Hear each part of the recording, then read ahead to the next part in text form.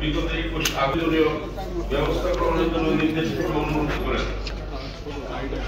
সিদ্ধান্তকে আমরা স্বাগত জানিয়েছিলাম। আমরা আশা করেছিলাম 2014 সালে প্রণীত স্থানীয় ক্রীড়া সংস্থার গঠনতন্ত্র, যেখানে বিভাগ, জেলা, উপজেলা রয়েছে, অনুসরণ করেই যুব ক্রীড়া মন্ত্রণালয়, জাতীয় ক্রীড়া পরিষদ পদক্ষেপ গ্রহণ করবেন। কিন্তু তারা সঠিক পদক্ষেপ গ্রহণ না করে হঠাৎ করে বিগত 27 আগস্ট 2024 খ্রিস্টাব্দে বিভাগীয় ক্রীড়া সংস্থার গঠনতন্ত্র অনুচ্ছেদ 23, জেলা ক্রীড়া সংস্থার গঠনতন্ত্র অনুচ্ছেদ 28 লঙ্ঘন করে সুকৌশলের বিপত্তির মাধ্যমে অ্যাডহক কমিটি গঠনের নির্দেশনা দেন।